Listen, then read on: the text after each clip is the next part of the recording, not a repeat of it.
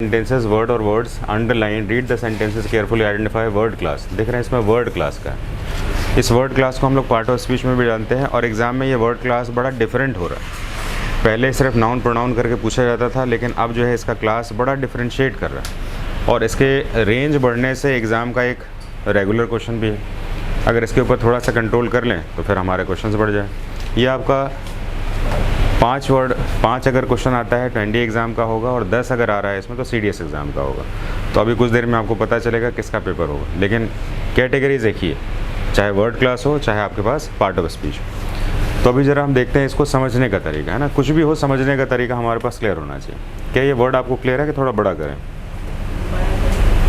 इतना ठीक है। अब देख रहे हैं इसमें वर्ड क्लास तक तो समझ में आ गया कि वर्ड क्लास क्या होता है। तो एक बार समझ लेते हैं what is word class. Part of speech में वर्ड क्लास को क्या कहते हैं? वर्ड क्लास का मतलब होता है किसी भी सेंटेंस में किसी भी वर्ड को अंडरलाइन करके आपसे पूछा जाता है कि आप बताइए कि पार्ट ऑफ स्पीच का कौन सा भाग है। भाग का मतलब क्या हुआ?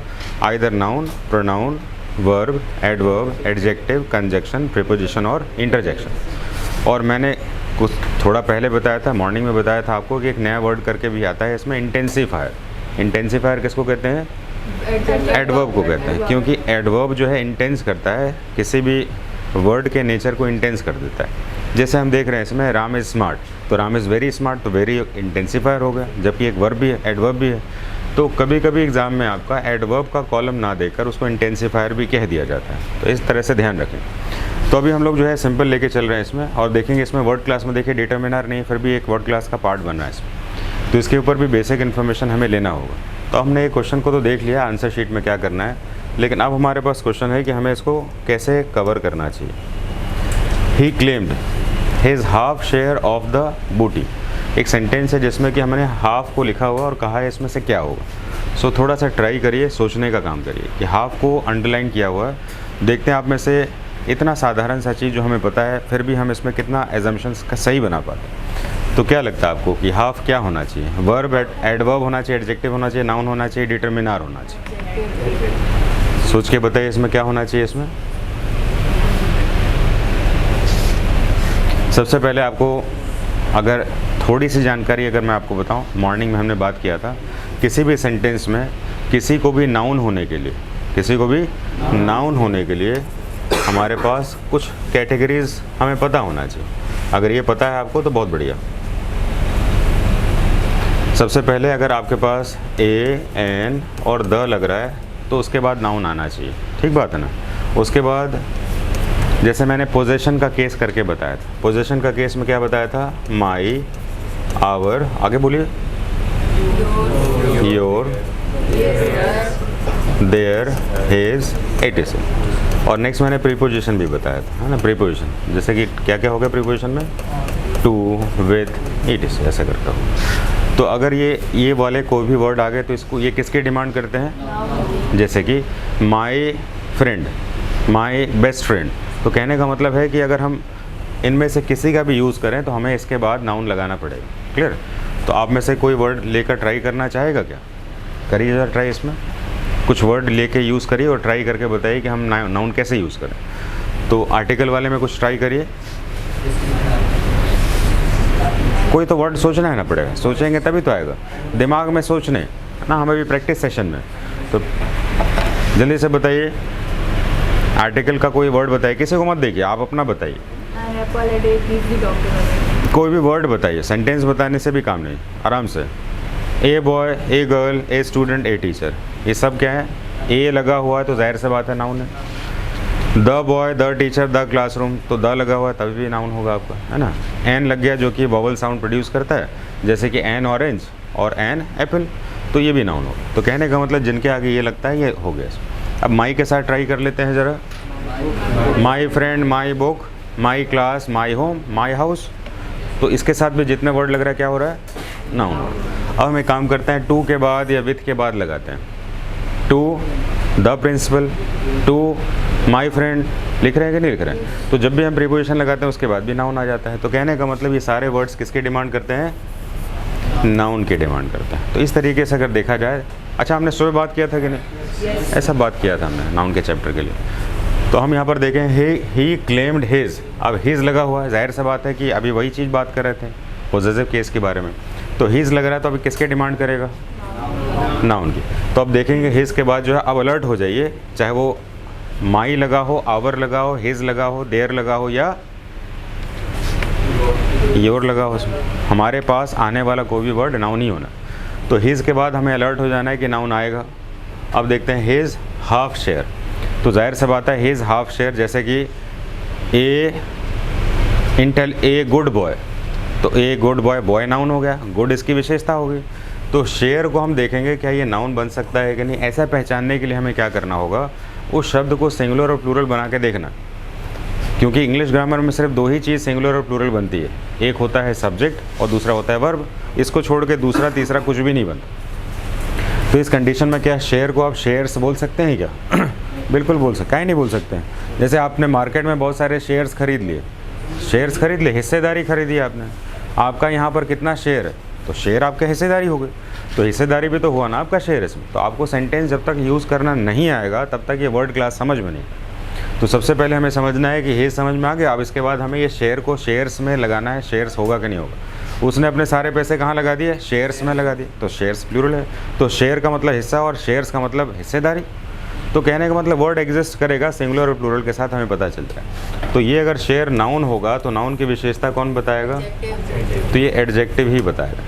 जैसे कि he is a boy, he is a good boy, तो बॉय से पहले जो शब्द लगा है वो एडजेक्टिव है, और यहाँ पर भी हाफ एक एडजेक्टिव है, तो ये एडजेक्टिव बन गया। देखिए इस तरह से सोचना नहीं है, इस तरह से सोच के बोलना भी है ना। जितना दिमाग में सुनेंगे एक जगह से जाएगा दूसरी जगह से निकलेगा। पार्टिसिपेशन से ही कॉन्फिडेंस बढ़ेगा। दूसरा क्वेश्चन देखें, देखिए ज़्यादातर लोग आप लोग रट लेते हैं ना, रट लेते हैं। तो आपको भी ये वाला क्वेश्चन जो है बहुत आसानी से क्लियर हो जाना चाहिए। तो किसी भी सेंटेंस में सब्जेक्ट को हमेशा ही वर्ब चाहिए होता है, और वर्ब को क्या चाहिए होता है? सब्जेक्ट चाहिए होता है।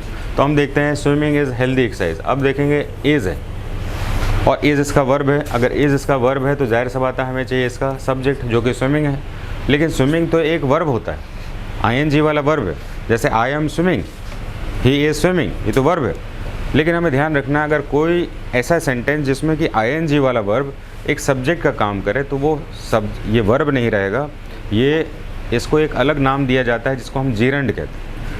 लेकिन इस बात को कभी नहीं भूलना हो कि एक्चुअली में चाहे कुछ भी हो जाए, सब्जेक्ट सेंटेंस का या तो नाउन होगा या प्रोनाउन। इस बात को कभी नहीं भूलना, वो जीरंड हो, इन्फिनिटिव हो, कुछ भी हो।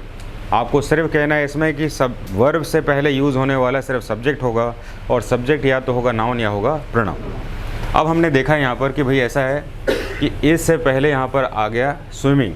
अब स्विमिंग एक जीरंड है, लेकिन कभी कभी सेंटेंस में जीरंड की जगह पर ये नाउन लिखा जाता है, तब आप हो जाते हैं क्रैप, है ना। आप उसमें ट्रैप में आ जाते हैं, अरे यार नाउन कैसे हो गया, तो जीरंड हमने पढ़ा।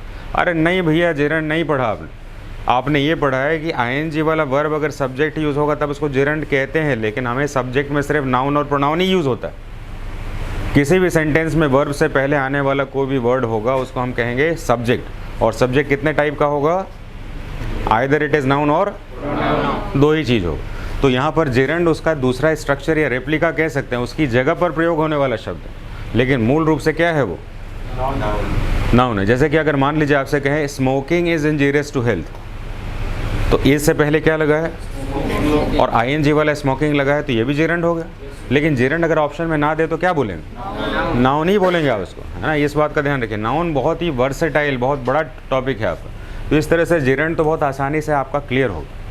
अब हम आ जाते हैं नेक्स्ट में। I have told you now and again that you must not read such trash.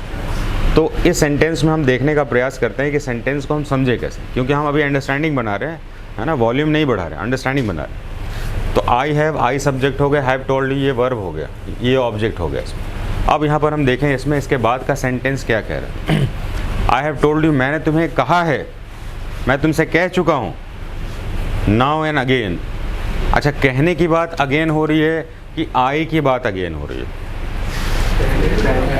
और कहने वाली जो बात है, टोल्ड वाली जो बात है, इस सेंटेंस में क्या है? ये मेरे को नहीं देखना, इधर ही देखना है। टेल, टोल्ड, रीड, राइट, क्या है ये? और वर्ब की विशेषता कौन बताता है? तो जाहिर सा बात है कि मैंने तुम्हें कितनी बार कहा है, मैंने तुम्हें बार बार कहा है, मैं तुम्हें बार बार कहता हूँ। जब भी ऐसा सेंटेंस है इसमें तो ये बार बार कहने के लिए यूज़ हो रहा है, मेरे लिए यूज़ नहीं हो रहा। तो जिस सेंटेंस में वर्ब के ऊपर एम्फेसाइज की जाए किसी वर्ड से, उसको हमें किसी भी हालत में एडवर्ब ही कहना है। क्या कहना है? एडवर्ब। तो देखेंगे एडवर्ब है कहीं।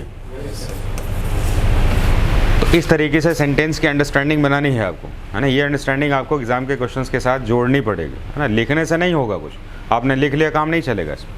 अब हम आ जाते हैं इसमें अपनी थोड़ी सी स्किल्स को यूज़ करिए, है ना। अब जो है आप बेसिक गहराई में जा रहे हैं, है ना। हमें लगता है ना राम मोहन सीता ही पूछा जाता है, ऐसा नहीं है इसमें। He succeeded by dint of perseverance and sheer hard work. अब ज़रा देखिए इसमें क्या क्या इसमें होगा इसमें। तो कहने का मतलब ही सक्सीडेड का मतलब होता है वो सफल हुआ, बाय डेंट ऑफ परसीवरेंस यानी कि उसमें निरंतरता के कारण, डिटर्मिनेशन के कारण वो सक्सीडेड हुआ। तो अब हम देखेंगे इसमें सेंटेंस को बाय डेंट ऑफ लिखा हुआ है और इसमें हमें इसको क्या कहना चाहिए। ये आपका फ्रेजेस का पार्ट है। हमने आपको सबसे पहले सेंटेंस के इंट्रोडक्शन में, आपको याद है सेंटेंस को कैसे बताया, आपको कुछ हेल्प करिए बताने के लिए। क्या क्या बताया था आपको? सेंटेंस मूल रूप से कैपिटल लेटर से स्टार्ट होता है और फुल स्टॉप से एंड होता है, हाँ कि नहीं? ओके देन, पहला रूल क्लियर हो गया हमारे पास। दूसरे रूल में आते हैं। इसमें कोई भी सेंटेंस दो मेनली पार्ट में बना होता है, एक होता है फ्रेज, दूसरा होता है क्लाउज। क्लियर बात है? अच्छा, क्लाउज जो होता है उसमें क्या होता है, सब्जेक्ट और उसका वर्ब का पेयर होता है, लेकिन फ्रेज में कभी भी सब्जेक्ट वर्ब पेयर नहीं होता, और इसीलिए वो जिस मूल शब्द से बना होता है उसी को हम उसका फ्रेज कह देते हैं। क्लियर? जैसे कि मान लीजिए दो शब्द नाउन से मिलकर बना तो नाउन फ्रेज हो गया, या मान लीजिए कोई वर्ब से बना हुआ तो वर्ब फ्रेज हो गया। तो ऐसे किसी भी वर्ड को आपको सेंटेंस में पहचानना होगा, और ज़्यादा बोलेंगे तो आंसर ही पकड़ लेंगे आप। तो आप मुझे बताइए कि सेंटेंस में आप कौन सा ऐसा शब्द देख रहे हैं जिससे वो फ्रेज जैसा कुछ बात हो रहा है। फ्रेज क्या होता है पता है ना आपको? ऐसा कोई वर्ड का ग्रुप, एक से ज़्यादा वर्ड जो कि मिलकर सब्जेक्ट और वर्ब का चार्ट नहीं बनाए, यानी कि ग्रुप ऑफ वर्ड जिसमें कि सब्जेक्ट और वर्ब ना हो। अगर हो गया तो क्या होगा? क्लाउज। अच्छा, एक सेंटेंस ट्राई करके देखते हैं इसमें। आप मुझे एक सेंटेंस बताइए जिसमें सब्जेक्ट और क्लाउज और फ्रेज दोनों।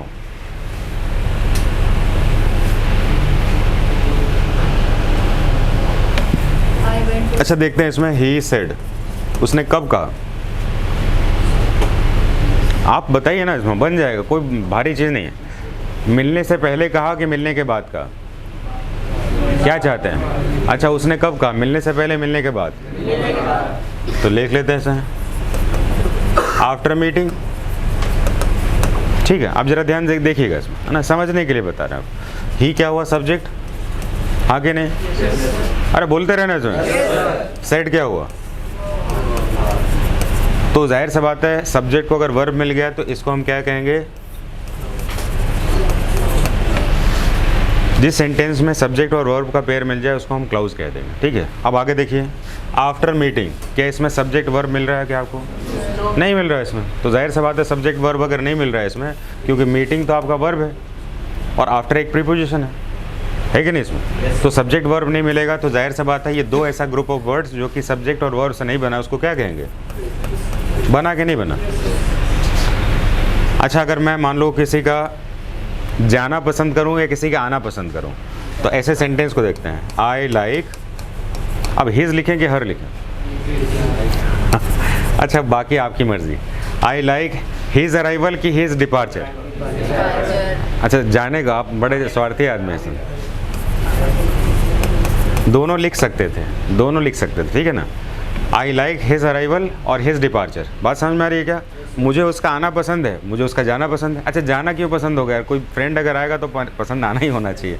अच्छा, अब देखते हैं इसमें आई क्या हुआ? सब्जेक्ट। लाइक क्या हुआ? दोनों मिलके क्या हुआ? पक्का हो गया ना इसमें। अब देखिए हिज अराइवल, अब बताइए हिज अराइवल में सब्जेक्ट और वर्ब क्या? कुछ भी नहीं। तो ये दोनों मिलकर क्या बना? तो फ्रेज बन गया ना इसमें। तो कहने का मतलब ये फ्रेज जिससे बना है वही फ्रेज कहा जाता है। तो अब इस सेंटेंस में बताइए कि बाई क्या है? बाई एक प्रीपोजिशन है, तो जाहिर सी बात है बाई प्रीपोजिशन है, तो देखिए कौन सा आंसर मिल रहा है। ऐसे करके आंसर ढूंढना है। अच्छा, ढूंढने का प्रयास तो करेंगे ना इसमें। अंग्रेजी में एक थॉट है, if I shall not witness the dawn I shall dream of it. अगर मैं नहीं भी पूरा कर पाऊँ तो थोड़ा गेस तो कर पाऊँगा। तो आपको इन शब्दों के साथ कुछ ना कुछ अंडरस्टैंडिंग बढ़ानी है। आप समझ रहे हैं इसमें 5 क्वेश्चन का मतलब कितना नंबर होता है? 20 नंबर, 20 नंबर। आप देखिए ये 5वां क्वेश्चन में पहुंच गए जी, ये 5वें क्वेश्चन में पहुंच गए। क्या आपको एक क्वेश्चन देख के लग रहा है कौन से एग्ज़ाम का होगा? आप क्वेश्चन के स्टैंडर्ड से नहीं पकड़ पाएंगे, ये क्वेश्चन का स्टैंडर्ड एक जैसा ही है ना। अभी हमने बताया नहीं इसमें किसका है इसमें, लेकिन सिर्फ मैं आपको बता रहा हूँ। अच्छा लास्ट वाला देख लेते हैं इसमें। I need you return those books I lent you last month. अब आप देखते हैं इसको पकड़ पाते हैं कि नहीं, है ना। जो भी क्लास में रेगुलर होगा तो पक्का पकड़ेगा, इतने में पूरा क्लास हो जाएगा। आपको पता होना चाहिए कि सेंटेंस में जो है दोज पूछा गया है इसमें, तो हमारा पूरा ध्यान कहाँ पर होगा? दोज पर ही होना चाहिए, बाकी सब जगह पर नहीं होना चाहिए। अच्छा दीज, दोज, दीज ऐसा करके वर्ड हमने कहाँ पर पढ़ा है? डिटरमिनार पर पढ़ा है, डिटरमिनार। अच्छा डिटरमिनार को अगर हम कहें तो आपको कितने कैटेगरीज में डिटरमिनार होते हैं? अगर आप बता देंगे तो आप क्लास में बढ़िया विद्यार्थी। डिटरमिनार कितने लेवल पर होते हैं? अरे गधा कहेगा 10 लेवल में होता है। 10 नहीं होता है इसमें। क्या बताए थे आपको? Do size a shape compare, याद नहीं था आपको? ऐसे तो मिलने के लिए बोले थे आपको, तो आपको जो है ऐसे ही करके मिल जाएगा इसमें। तो डी का मतलब क्या होता है? डिटरमिनर। तो किसी भी सेंटेंस में नाउन से पहले सबसे पहले अगर कोई यूज़ होगा तो डिटरमिनर हो। थोड़ा सा चीज़ को एक्सप्लेन कर रहा हूँ। मान लीजिए एक नाउन में ले लेते हैं बॉय, ठीक है, बॉय या बॉयज़ भी ले सकते हैं, स्टूडेंट्स भी ले सकते हैं, है ना। जिसका जेंडर जो रहता है दिमाग में वही आता है, गलत भी नहीं है इसमें। मतलब गर्ल स्टूडेंट ऐसा ना सोचे कि हमारे लिए नहीं बोल रहा, मतलब मेरा जो जेंडर है मैंने ऐसा बता दिया इसमें। अब एक काम करते हैं कि हम 2 वर्ड लेते हैं और आपको सोचना है इसमें कि पहले क्या लगेगा। चलिए हम ले लेते हैं इसमें द और दूसरा ले लेते हैं दोज, ठीक है। तो अब जो है आपको ये लेवल पर आपको समझ के बताना है कि दोनों में से पहले क्या लीज लगेगा।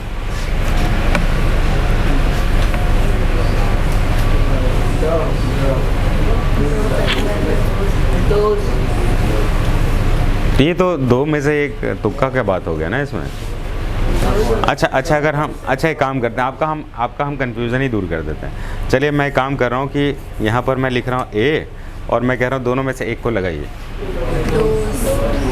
क्या करेंगे आप इसमें? क्योंकि यहाँ पर ये प्लूरल है और ए जो है नहीं लग सकता है, तो इसलिए द बॉयज़, दोज बॉयज़ लगे। सही हुआ कि नहीं हुआ?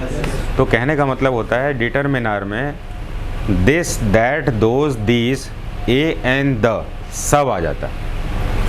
और इसलिए जब हम नाउन के चैप्टर को पढ़ते हैं तो नाउन के चैप्टर में नाउन से पहले यूज़ होने वाले जो भी शब्द होते हैं, अच्छा कौन कौन से शब्द होते हैं, जैसे मान लेंगे इसमें कि दोज ले लिया इसमें और दूसरा लिया हमने टॉल। टॉल का मतलब क्या होता है? तो अब मुझे बताइए कि टॉल दोज बॉयज़ ठीक लगेगा कि दोज टॉल बॉयज़ ठीक लगेगा? ये तो आपको सुंदर लगने के लिए लग गया है सेंटेंस, सही है कि नहीं? अच्छा मान लीजिए अगर हम इंटेलिजेंट बोले तो आपको समझ में आ रहा है डिटरमिनर सबसे पहले लग रहा है। तो डिटरमिनर वह शब्द है जो कि सबसे पहले नाउन का लगता है और उसके बाद के कैरेक्टर्स, कितने कैरेक्टर्स बताए मैंने? 10 कैरेक्टर्स होते हैं और ये 10 कैरेक्टर्स हमेशा उनके बाद ही लगता है, ठीक है। जैसे अगर मान लीजिए मैं इसको पेन कहूँ, पेन ही तो है इसमें लेकिन वो स्मार्ट बोर्ड का है, तो अगर मैं कहूँ इसमें कि the black thin pen, 2-3 sentence समझिएगा। द ब्लैक थिन पेन, समझ में आ रहा है आपको? थिन मतलब पतला। तो अब जो है इस सेंटेंस को 2-3 तरीके से मैं इसको जम्बल्ड करता हूँ, है ना, टेढ़ा मेढ़ा करता हूँ, फिर आप इसको सीधा करिए। तो मैं कह रहा हूँ उसमें थिन, द थिन पेन की जगह पर टॉल भी बोला था ना मैंने, टॉल नहीं, तो और एक बोल देते हैं, 10 तो बोल सकते हैं ना, 10 बोल सकते हैं, इतना तो है हमारे पास। तो पेन हमारा जो है लास्ट में हो गया, है ना, बीच में भूल ना जाए, अपना भूल जाए कहीं। तो इससे पहले हम 2-3 वर्ड ले लेते हैं। एक ले लेते हैं द, थिन और ब्लैक। अब जो है हमें ये सारे सेक्शंस को लगाना, तो सारे सेक्शंस को हम लगाएंगे इसमें। तो सबसे पहले कौन सा लगेगा ये मेरे को बताइए। तो द आपने पहले बोला है, तो दूसरा कौन सा होगा? अच्छा ये तुक्का लगा रहे हैं कि कुछ रूल भी है आपके पास? नहीं तो आपको बताना तो पड़ेगा ना इसमें, क्योंकि यही तो क्वेश्चन है इसका, यही क्वेश्चन है इसका। क्योंकि इसके आगे मैं और भी बता सकता हूँ, इसके आगे मैं शार्प भी बता सकता हूँ और मैं इसके आगे बता सकता हूँ और एक चीज़ बता देता हूँ। और क्या बोलना चाहते हैं? अच्छा मैं इसको स्मार्ट कह दूँ? स्मार्ट बोर्ड का पेन है तो स्मार्ट कह दें क्या इसको? तो लीजिए हम स्मार्ट कह देते हैं इसको। अब बताइए, चार अलग अलग पॉइंट हो गए। अब बताइए पेन की विशेषता को 4 अलग अलग भाग से बताना है, तो सबसे पहले क्या बताएं? डिवाइड करिए, आगे लेके चलिए।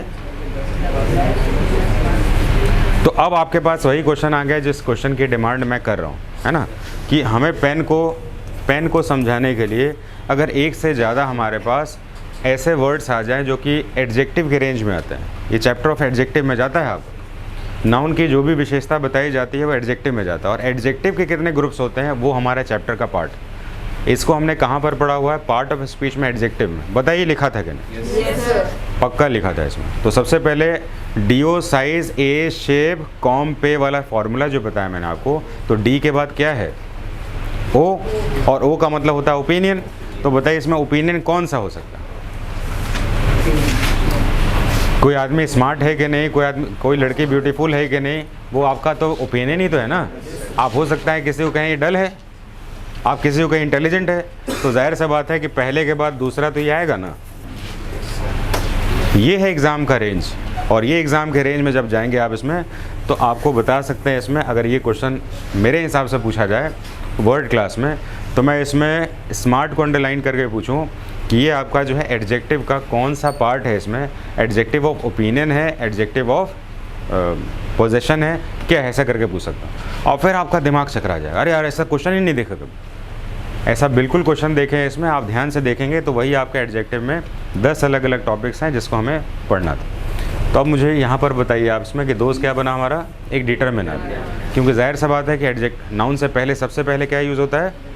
डिटरमिनर होता है। तो यहाँ पर दोस्त जो है एक डिटरमिनर है जो कि आराम से हम क्वेश्चंस को बना सकते हैं। तो डिटरमिनर है, तो आप मुझे बताइए कि इसको हम कंफर्म कैसे करें कि डिटरमिनर, क्योंकि एडजेक्टिव या डिटरमिनर दोनों एक ही है एक तरह से, और ये हमेशा किसकी विशेषता बताते हैं? तो बुक्स अगर नाउन है तो हमें कंफर्म करने के लिए क्या करना पड़ेगा? हमें उस सब्जेक्ट को देखना है कि इसका सिंगुलर प्लूरल बनता है कि नहीं। तो क्या बुक्स का बुक बनेगा कि? Yes, sir. तो अगर इसका बनेगा तो ये सब्जेक्ट 100% श्योर होगा, और श्योर हो गया तो ये हमारे पास नाउन बन जाएगा, और नाउन की विशेषता हमारा डिटरमिनर बना रहा है इसमें। यहाँ क्लियर हम लोग? तो आप देख रहे हैं इसमें कि हम लोग 5 में से 5 क्वेश्चंस को अगर हम क्लियर कर पा रहे हैं तो हमारे पास 20 नंबर तो मिल गए। आप यकीन मानिए आपके पास ये क्वेश्चन का रेंज पक्का रहेगा, क्वेश्चन अलग रहेगा। अंडरस्टैंडिंग बहुत इंपॉर्टेंट है। आज के ज़माने में स्टूडेंट जो है ना वॉल्यूमिस, यानी कि इतना सारा वॉल्यूम लिख लेता है और लिखने के बाद सोचता हो गया, लेकिन दिमाग में कुछ ना गया। ये टॉपिक सब हो चुका है आपका, लेकिन आप फिर भी याद नहीं कर पा रहे थे। क्यों भाई? क्योंकि हमने लिखा हुआ दिमाग में तो है, लेकिन वो एग्ज़ाम में कन्वर्ट नहीं हो। तो क्या हम लोग ये 20 क्वेश्चन कर पा रहे हैं? 10 क्वेश्चन, 5 क्वेश्चन, 20 नंबर के 5 क्वेश्चन हमारे पास होगा। अब दूसरा सेक्शन मैंने लिया आपका जो कि एग्ज़ाम में हर समय लगभग आ जाता है, और ये दोनों ही एग्ज़ाम के रेंज का पार्ट है आपको। और ये क्वेश्चन जो है बहुत इंपॉर्टेंट और इंटरेस्टिंग क्वेश्चन है। ये पिछले एग्ज़ाम्स के क्वेश्चन हैं, ताकि आप बहुत दूर तक ना जाए। हमारा ऑब्जेक्टिव क्या है कि आपको जो है कम से कम हर बार एग्ज़ाम के क्वेश्चन पेपर ही सॉल्व कराएं। आपने पहले वाले वर्ड्स कर लिए होंगे, अब आप क्वेश्चन पेपर को सॉल्व करिए और इसके तरीके को समझते हैं। द प्रोजेक्ट स्टाफ आप खुद ही पढ़िए, अदरवाइज़ आपको हमेशा समझने का बीमारी हो जाएगा। क्या कर सकते थे इसको?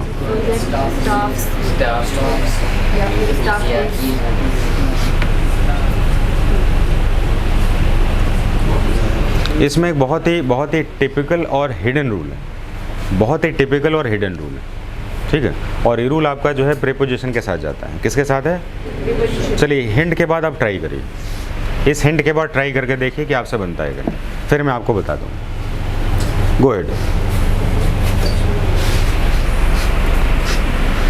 और नहीं तो पास करिए, मैं जल्दी से बता देता हूँ। बताए? नहीं बताएं? आप खुद ही बता देंगे फिर तो बताइए जल्दी से, ज़्यादा टाइम लेंगे तो एग्ज़ाम का क्वेश्चन निकल जाए। चलिए ठीक है, अब मैं ट्राई करता हूँ आपको। नहीं, आपको ABCD नहीं बोलना है, आपको आंसर बताना है। तो बहुत ध्यान से सुनिएगा, क्योंकि ये सारे एग्ज़ाम के ही क्वेश्चंस हैं और पिछले साल वाले क्वेश्चंस, पिछले बार वाले। अब देखेंगे इसमें प्रीपोजिशन हमेशा ही नाउन से पहले यूज़ होता है, और नाउन के अलग अलग कैटेगरीज हैं।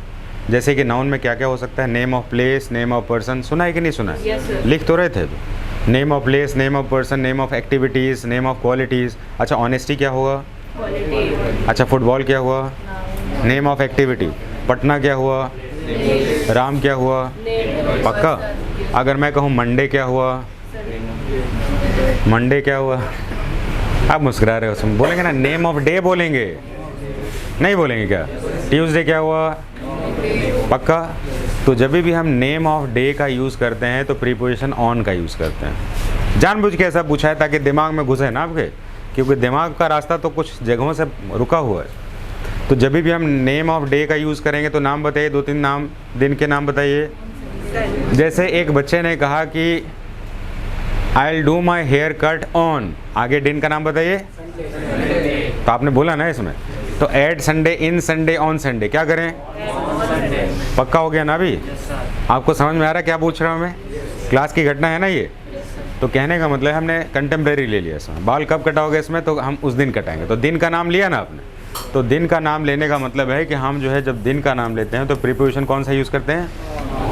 लेकिन एक काम करते हैं, जब भी हम दिन का नाम दिन के नाम को छोड़ दें और हिंट में लिए तब ऑन नहीं यूज़ होगा। ठीक है, तो ट्राई करके देखते हैं इसमें कि आप समझ पाते हैं कि नहीं। 100% बना ही इसीलिए रूल है। अच्छा, अगर मैं कहूँ आपसे कि first day of the week बताइए। Clear? Last day of the week? Last day of the week, अरे संडे तो रेस्ट डे हो गया, Saturday. Last day of working day Saturday हुआ ना। अच्छा, वीकेंड जब बोले तो कौन सा दिन आया? अरे सैटरडे आया। वीक का एंड है आपका। क्लियर बात है? तो वीकेंड बोलने पर हम दिन का नाम नहीं यूज़ किए बिना भी कर पा रहे हैं कि नहीं कर पा रहे? तो जब भी किसी सेंटेंस में दिन का नाम लिए बगैर अगर हमें उसको इंडिकेट करना हो तो ऑन की जगह पर ऐड करना होगा। क्या करेंगे? पक्का हो गया? आगे एग्जाम में तो सोचिए नंबर हमारा, फिर आपका मेहनत का नहीं हुआ, फिर ना कहिएगा सर हमने सेल्फ स्टडी से नंबर लिया। ये सब एग्जाम के बहुत ही अच्छे क्वेश्चन हैं। तो क्या हम लोग पहला क्वेश्चन आप समझ पा रहे हैं? yes. क्या करेंगे इसमें? वर्किंग ऑन की जगह working at the weekend. Clear बात है? इसको जरा देखें।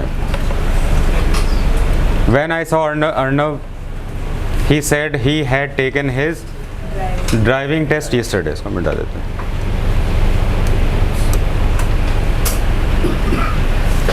जब भी किसी सेंटेंस में he said के बाद कोई सेंटेंस बनता है, he said के बाद, तो इन मेजॉरिटी ऑफ द केसेस ये सेंटेंस किस में चला जाता है? इनडायरेक्ट। डायरेक्ट का इनडायरेक्ट चला जाता है। ही सेड के बाद अगर सेंटेंस बन रहा है तो इनडायरेक्ट में चला जाता है। और इनडायरेक्ट में सबसे आसानी से समझ में आने वाला एक ही रूल है जो जल्दी समझ में आ जाता है। जानते हैं कौन सा? येस्टरडे को प्रीवियस डे कहते हैं और टुमारो को कमिंग डे कहते हैं और टुडे को प्रेजेंट डे कहते हैं। अच्छा, येस्टरडे को क्या कहते हैं? और आने वाले दिन को टुमारो को कमिंग डे। आप टुडे को क्या कहते हैं? That day. टुडे को प्रेजेंट डे, दैट डे, मतलब दैट डे ज़्यादा यूज़ होता है। अब आप समझ पढ़ के बताइए।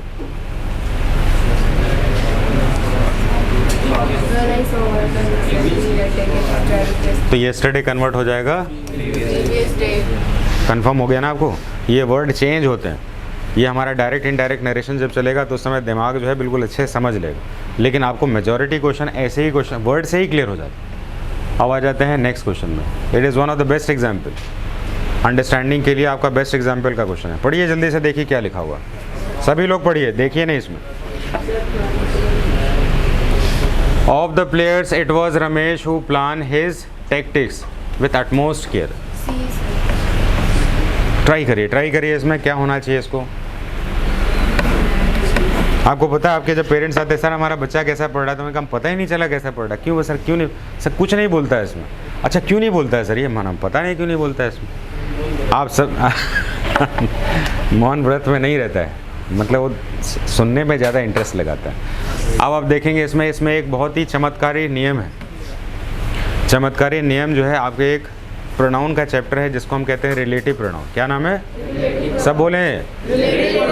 रिलेटिव प्रोनाउन कौन कौन से होते हैं? हु होता है, दैट होता है और विच होता है। सबसे ज़्यादा क्वेश्चन हु होता है, दैट होता है और विच होता है। ठीक बात है। हु किसके लिए यूज़ होता है? ह्यूमन के लिए। किसके लिए? और विच जनरली लिविंग और नॉन लिविंग दोनों के लिए हो जाता है, और दैट जनरली सिर्फ नॉन लिविंग के लिए होता है। ये जनरली की बात कर रहा हूँ। तो मान लीजिए राम होगा तो हु होगा कि विच होगा? पता चल गया ना इसमें। पेन होगा तो क्या होगा?